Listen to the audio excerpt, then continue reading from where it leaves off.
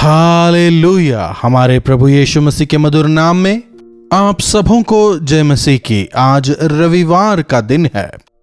आइए उठ जाइए, चर्च जाने का समय हो चुका है। हफ्ते का चाहे कोई सा भी दिन हो, हमें हर रोज प्रभु के वचन पर मनन करना है, पर्सनल मेडिटेशन, पर्सनल डिवोशन करना है। मैं विश्वास करता हूं कि आपने अपने पर्सनल मेडिटेशन को खत्म कर लिया होगा और अभी आप हमारे साथ में जुड़े हैं ताकि हम दोबारा मिलकर प्रभु के वचन पर मनन कर सकें। आइए शुरुआत से पहले छोटी प्रार्थना। महापवित्र पिता परमेश्वर, प्रभु एक बार फिर से हम आपके सन्मुख आते हैं। प्रभु अपने वचनों द्वारा हमें सिखाएं, हमें बताएं कि हमें किस प्रकार से जीना है। कलीसिया में हमारी जिम्मेदारियां क्या हैं, हमें वचन से सिखाएं। प्रार्थना यीशु के नाम से मांगते हैं, आमीन। प्रभु की महिमा हो। कैसे हैं आप लोग? कितनी जल्दी से अक्टूबर महीना तक निकल गया है। क्या आपने गौर किया? इतनी जल्दी से हम नवंबर के महीने में आ चुके हैं। नवंबर दिसंबर का मतलब तो हम साल के अंत तक आ ही चुके हैं। तो जबकि हम साल के अंत के करीब पहुंच रहे हैं, इस पूरे साल के दौरान परमेश्वर ने जो जिम्मेदारियां हमारे कांधों पर दी थीं, परमेश्वर जिस स्थान पर हमें देखना चाहते थे, क्या हम वहां पहुंचे हैं? क्या हमने उन्हें पूरा किया है? परखने की आवश्यकता है। क्या आपने कभी भजन 15 पढ़ा है? भजन संहिता 15 में केवल 5 आयतें हैं। आइए हम आज इस भजन पर मनन करते हैं। यह भजन एक सवाल से शुरू हो रहा है। हे परमेश्वर, आपके तंबू में कौन रहेगा? आपके पवित्र पर्वत पर कौन बसने पाएगा? एक सवाल। परमेश्वर के तंबू में कौन रह सकता है? उनके पवित्र पर्वत पर कौन बस सकता है? परमेश्वर का तंबू अर्थात यह संसार में जिसे हम देखते हैं, वह हमें स्वर्ग की याद दिलाता है। पवित्र पर्वत जब हम कहते हैं, मतलब पवित्र सियोन की बात हो रही है। यह भी स्वर्ग के राज को बताता है। हमें याद रखना चाहिए, जब हम आराधनालय जाते हैं, स्वर्ग का राज्य कैसा होगा, वहां हम कैसे रहेंगे, वहां हम क्या करेंगे, इन तमाम बातों के उत्तर के लिए या फिर उसका अनुभव करने के लिए हमें आराधनालय जाकर उनके सानिध्य का अनुभव करना है। आराधनालय गए, जाकर वापस आए, यह प्रमुख नहीं है। दरअसल हम आराधनालय जाते ही क्यों हैं? उनकी आराधना करने, उनकी स्तुति करने, जय जयकार करने, उनसे बात करने, उनकी बात सुनने। दोबारा हम वापस आ जाते हैं क्योंकि संसार में हैं। लेकिन प्रभु ने जिस स्वर्ग के राज्य को तैयार किया है, वो हमारे लिए आराधनालय समान है। वे हमारे आराधनालय हैं। वहां अंधेरा नहीं होता, मतलब वहां सूर्य की आवश्यकता ही नहीं है, ना चांद की आवश्यकता है। मतलब वहां दिन काउंट करने के लिए या घंटों का हिसाब रखने की कोई आवश्यकता नहीं, क्योंकि वहां हम युगों युगों के लिए उनके साथ रहने वाले हैं। वहां उनका पर्वत है, वहां उनका सानिध्य है, उनका निवास स्थान। इस धरती पर रहते हुए इस संसार को एक ना एक दिन हमें छोड़कर जाना है। जब इस संसार को छोड़ेंगे, उनके सानिध्य में पहुंचेंगे। यही तो आशा है ना? यदि केवल सांसारिक बातों के लिए हम प्रभु पर विश्वास करते हैं, तो इस संसार के लोगों से काफी अधिक अभागे हम हैं। प्रभु का वचन हमें बताता है, हर कोई चाहता है कि वे प्रभु के सानिध्य में जाएं, स्वर्ग में निवास करें। कितने लोग स्वर्ग जाने की इच्छा रखते हैं? अगर पूछें तो सब लोग हाथ उठाएंगे। सब लोग उन्नत स्थान में पहुंचना चाहते हैं, लेकिन उसके लिए हमें अपने आप को तैयार करना होगा। बिना मेरे द्वारा कोई पिता के पास नहीं पहुंच सकता कहने वाले प्रभु के साथ हमारा संबंध होना चाहिए। उनके लहू में हमें अपने आप को धोना है। उनके राज्य में कुछ भी अशुद्ध प्रवेश नहीं कर सकता। इस संसार में रहते हुए हम उनके राज्य में रहने के लिए अपने आप को तैयार करते हैं। उद्धार पाने के साथ ही चाहिए तो वे हमें उनके राज्य का भागी बना सकते थे ना? नहीं, वे हमें पवित्र कर रहे हैं, वे उनके राज्य के लिए हमें तैयार कर रहे हैं। इसीलिए अपने आप को तैयार करने के लिए हमें चर्च जाना है, हर रोज उनके वचन को पढ़ना है, मनन करना है, प्रार्थना करना है और धीरे धीरे हमें मसीह की समानता में बदलते चले जाना है। मसीह यीशु की समानता में बदलने के लिए ही प्रभु यीशु ने अपने वचन को हमें दिया है, ताकि उसको पढ़ने द्वारा हम उनके समान होते चले जाएं। साथ ही साथ उन्होंने अपना लहू बहाया ताकि उनके लहू के द्वारा हम शुद्ध किए जाएं। हम में ऐसे कितने लोग हैं जो अपने आप को प्रभु के वचन के अनुसार परखते रहते हैं, सचेत रहकर अपने आप को उनके राज्य के लिए तैयार कर रहे हैं। स्वर्ग के राज्य के भागी होने की इच्छा रखने वालों में 5 बिंदु होने हैं जो हम इस भजन में पाते हैं। हे परमेश्वर, आपके तंबू में कौन रहेगा और आपके पवित्र पर्वत पर कौन बसने पाएगा? वह जो खराई से चलता और धर्म के काम करता है और हृदय से सच बोलता है। यहां पर दाऊद अपने भजन की शुरुआत एक सवाल से कर रहा है और उसके अंत के आते आते उस सवाल के जवाब को भी हम पा लेते हैं।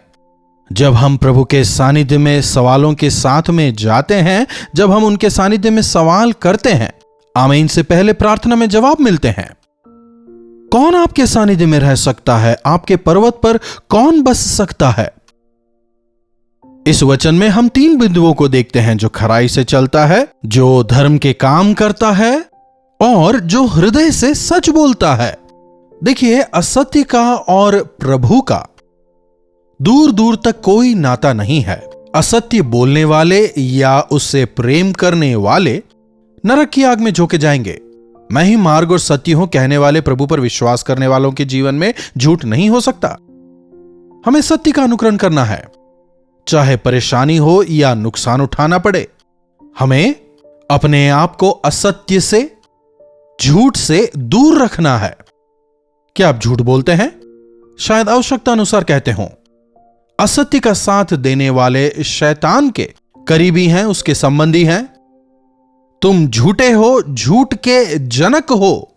उन दिनों में फरीसियों से प्रभु कहते हैं, हमें अपने आप को असत्य से, झूठ से, अहम से दूर रखना है।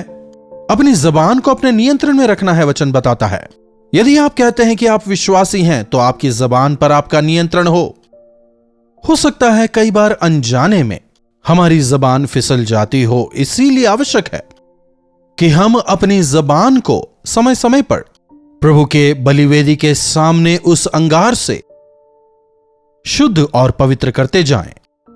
आगे देखिए, जो अपनी जीभ से निंदा नहीं करता और ना अपने मित्र की बुराई करता और ना अपने पड़ोसी की निंदा सुनता है। सुनिएगा, मुंह, जीभ और होंठ समकालीन होकर कार्य करते हैं। खराई से चलने वाले, धर्म के काम करने वाले, वे लोग इधर की बात उधर या उधर की बात इधर नहीं करते। या फिर निंदा करने वाले, इन्होंने खुद आंखों से कुछ नहीं देखा, कानों से नहीं सुना, लेकिन किसी ने कुछ कहा, उसे सुनकर उन बातों को वे हवा देने लगते हैं। ऐसे लोगों की वजह से झगड़ा और बढ़ता ही है। हमें इधर का उधर और उधर का इधर करने वाला नहीं होना। निंदा करने वाला हमें नहीं बनना। पड़ोसियों की निंदा करना। संसार में हम लोगों को देखते हैं, एक दूसरे की निंदा करते रहते हैं। देश विदेश के नेताओं को देखिए, एक दूसरे की निंदा करते रहते हैं। एक समस्या उभरी, तुम्हारी वजह से हुई, इल्जाम लगाते हैं। हमारा भी इसमें हाथ है, क्या कोई स्वीकारता है? हमने भी गलतियां की हैं, हम भी इसमें जिम्मेदार हैं, क्या कोई कहता है? परिवारों में देखिए, पति पत्नियों के बीच में आखिर झगड़े होते क्यों हैं? क्योंकि दोनों एक दूसरे की निंदा करते हैं। परिपूर्ण कोई भी नहीं है, हम अच्छी तरह जानते हैं। एक की अच्छाइयों को अनदेखा कर यदि गलतियों को ही पॉइंट आउट करेंगे तो वहां शांति कैसे हो सकती है? दूसरों की निंदा करने से पहले यदि हम अपने आप को परखें, यह काफी भला होगा। प्रभु से प्रेम करने वालों को, प्रभु के राज्य में निवास करने की इच्छा रखने वालों को, अपने पड़ोसियों को अपने समान प्रेम करना है। यदि वे दूसरों के नुक्स को, गलतियों को निकालने वाले बनेंगे, तो फिर स्वर्ग भी हमारी उपस्थिति की वजह से एक निरर्थक स्थान बनकर रह जाएगा। परमेश्वर ने हर चीज की सृष्टि, इंसान की सृष्टि अच्छी की। अच्छा है, अच्छा है, अच्छा है, यही हम वचन में पाते हैं। लेकिन इंसानों के पाप को, शैतान को स्थान देने की वजह से न केवल अपने आप को बल्कि उनकी पूरी सृष्टि को बर्बाद कर दिया। और इसीलिए परमेश्वर ने हमारे लिए एक पवित्र नगर को तैयार किया है, और यदि हमें वहां जाना है तो हमें यहां तैयार होना होगा। हमारे मुंह से अपशब्द, निंदा की बातें बिल्कुल ना निकलें। फॉल्ट फाइंडिंग, कुछ लोगों का काम यही होता है कि दूसरों में वे गलतियां निकालें। क्या आपने ऐसे लोगों को देखा है? हमें इस प्रकार के इंसान नहीं बनना। हमें अपने आप को सही रखना है, पश्चाताप करना है, जो सही है वो करना है। अगला, वह जिसकी दृष्टि में निकम्मा मनुष्य तुच्छ है और जो यहोवा के डरवैयों का आदर करता है। परमेश्वर को जानने वाले, परमेश्वर के प्रेम को जानने वाले पापियों की संगति में नहीं बैठते, पापियों से वे प्रेम नहीं करते, वे उनसे सहमति नहीं जताते। निकम्मे कार्य करने वालों के साथ वे एकजुट नहीं होते। धर्म के काम से वे प्रेम करते हैं, अधर्म से वे बैर रखते हैं। और जो यहोवा के डरवैये हैं, जो प्रभु के वचन के अनुसार जीते हैं, उनका आदर वे करते हैं। दुष्टों की संगति में वे नहीं जाते, बल्कि प्रभु के संतानों से संगति रखते हैं। आपका चाल चलन कैसा है, जरा परख कर देखिए। आपके बेस्ट फ्रेंड्स कौन हैं? क्या प्रभु के विश्वास में दृढ़ता से चलने वाले लोग हैं? क्या प्रार्थना करने वाले लोग हैं? या फिर इस संसार की दुष्टता में, बुराई में, द्वेष में और धोखेबाजी में, निंदा करने में जो अग्रणी लोग हैं, उनके साथ आपकी दोस्ती है? यदि हम प्रभु के राज्य के भागी होना चाहते हैं तो हमें खराई से चलना है, धर्म के काम करने हैं, सच्चाई को हमें बोलना है, हमें निंदा नहीं करनी, हमें बुराई नहीं करना, और दुष्टों के साथ हमें संगति नहीं रखनी, बल्कि प्रभु के वचन के अनुसार जीने वाले प्रभु के जो संतान हैं उनका हमें सम्मान करना है। आगे देखिए, जो शपथ खाकर बदलता नहीं, चाहे हानि उठानी पड़े। जो खराई से चलते हैं और अपनी शपथ से पीछे नहीं हटते, वे वास्तविक मसीही हैं। अपने आप को परख कर देखिए, क्या आप खराई से चलते हैं? क्या आप धर्म के काम करते हैं? क्या आप सच्चाई को ही बोलते हैं? क्या आप दूसरों की निंदा तो नहीं करते? क्या आप दूसरों की बुराई तो नहीं करते? अपने पड़ोसी की निंदा सुनने में क्या आपको अच्छा लगता है? अपने आप को परख कर देखिए। यहां पर वचन क्या कह रहा है? शपथ खाकर बदलता नहीं। हमें शपथ खाकर नहीं बदलना, क्योंकि हमारे प्रभु वे नहीं बदलते, वे अपने वायदों को पूरा करते हैं। प्रभु के राज्य में रहने की इच्छा रखने वालों को अपने वचन से नहीं हटना चाहिए। यदि कोई अपनी इस जबान की बात से मुकर जाए, अर्थात उसका शरीर पाप का भागी हो चुका है। देखिए, हम शिक्षकों के लिए, प्रचारकों के लिए दोगुनी शिक्षा है, क्योंकि जो हम सिखाते हैं, जो हम प्रचार करते हैं, यदि हम उनका अनुकरण ना करें तो दोगुनी शिक्षा मिलेगी। हम दूसरों से कहते तो हैं, लेकिन क्या खुद अनुकरण करते हैं? क्या हम अपनी जबान पर दृढ़ रहते हैं? वे बदलते नहीं, चाहे हानि ही उठानी पड़े। एक प्रॉमिस करने के बाद, एक शपथ खाने के बाद, भले ही हानि ही क्यों ना उठानी पड़े, वे बदलते नहीं। हमारे प्रभु अपने जबान से नहीं बदलते। 5वीं आयत को भी देखिए, जो अपना रुपया ब्याज पर नहीं देते और निर्दोष की हानि करने के लिए घूस नहीं लेते। ब्याज का धंधा आजकल एक साधारण बात है ना। आसानी से घर बैठे पैसे कमाने का धंधा है ब्याज का धंधा। कुछ नहीं करना, बस अपने घर बैठे बैठे किसी को पैसे दे दो, ब्याज आता रहेगा, उससे जीवन बिताओ। अपने रुपये को ब्याज पर नहीं देते। एक व्यक्ति यदि ब्याज पर पैसे देता है तो क्यों देता है? एक व्यक्ति अगर ब्याज पर पैसे लेता है तो क्यों लेता है? उसके पास कमी है, उसके पास पैसे नहीं, इसलिए वो परेशानी में है, इसलिए कर्ज लेता है। उसे वापस देना ही उसके लिए मुश्किल है। एक कहावत है ना, नंगा नहाएगा क्या और निचोड़ेगा क्या। उसके पास पहले ही पैसे नहीं है और जो हैं वो भी उससे छीनने का प्रयास कर रहे हैं। इसलिए आज कोई कर्ज में पड़ जाए तो वो बाहर आ ही नहीं पाता। कर्ज में पूरी तरह डूब जाते हैं, आत्महत्या करने का प्रयास करते हैं। हमेशा किसी से कुछ छीनने का प्रयास करने वाला इंसान प्रभु की संतान हो ही नहीं सकता। गरीबों पर दया करने वाला परमेश्वर को कर्ज देता है, वचन कहता है। अच्छा है कि हम कर्ज ना लें, लेकिन जरूरतमंदों को कर्ज देना एक बहुत अच्छी बात है। उनकी आवश्यकता में यदि आप उनके साथ में खड़े रह सकें, यह एक बहुत अच्छी बात है। इसके बजाय 10,000 देकर 12,000 कमाने की इच्छा यदि हो, वह श्रापित है। प्रभु के राज्य में जाने की इच्छा रखने वालों के अंदर ब्याज से पैसे कमाने की इच्छा बिल्कुल नहीं हो सकती। अगली बात देखिए, घूस लेना। आजकल संसार भर में देखिए, घूस लेना, घूस देना आम बात हो गई है। आजकल हर छोटी बड़ी बात बिना घूस के नहीं चलती। किसी और का हक मारना एक आम बात हो गई है। आज धनवान और धनवान होते जा रहे हैं। कारण, क्योंकि अधिकारी अपने अधिकार को उस धनवान को बेच देते हैं। धनवान अपने लाभ के लिए उन्हें खरीद लेते हैं, घूस दे देकर उन्हें खरीद लेते हैं। विवाह के विषय में देखिए, बात लड़की अच्छी है या नहीं यह नहीं होती, लेकिन वो दहेज कितना लेके आ रही है यह मायने रखता है। माँ बाप अपनी इच्छा से कुछ बच्चों को दें वो अलग बात है, लेकिन दहेज के लिए लड़ते हुए हम लोगों को आज देख सकते हैं। परमेश्वर की संतान देते हैं, लेकिन वे कभी भी छीनने वाले नहीं होते। लेने से देना भला है। वे घूस नहीं लेते, ब्याज से पैसा कमाने की इच्छा नहीं रखते, वे निंदा नहीं करते, बुराई नहीं करते, कानाफूसी नहीं करते, धर्म के काम करते हैं, हमेशा खराई से चलते हैं, हृदय से सच बोलते हैं। ऐसे लोग ही प्रभु के राज्य के वारिस बनेंगे। यदि इस संसार में रहते हुए हम इन बातों का अनुकरण ना करें तो कैसे स्वर्ग राज्य जाने पाएंगे? एक और वचन देखिए, यशायाह की पुस्तक 33वां अध्याय 14वीं आयत के दूसरे भाग से पढ़ रहा हूं। देखिए, हम में से कौन प्रचंड आग में रह सकता है? हम में से कौन उस आग में बना रह सकता है जो कभी नहीं बुझेगी?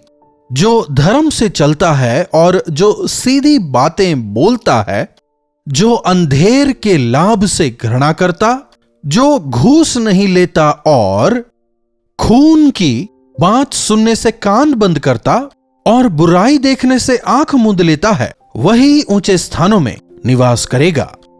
इन वचनों पर दिन भर मनन करिएगा। चर्च जाने का समय हो गया है ना, आइए प्रार्थना करें। महापवित्र पिता परमेश्वर, प्रभु, हम सभी चाहते हैं कि हम स्वर्ग के राज्य के भागी बने, लेकिन प्रभु इस संसार में रहते हुए कई बार हमें अपवित्रताएं आ जाती हैं।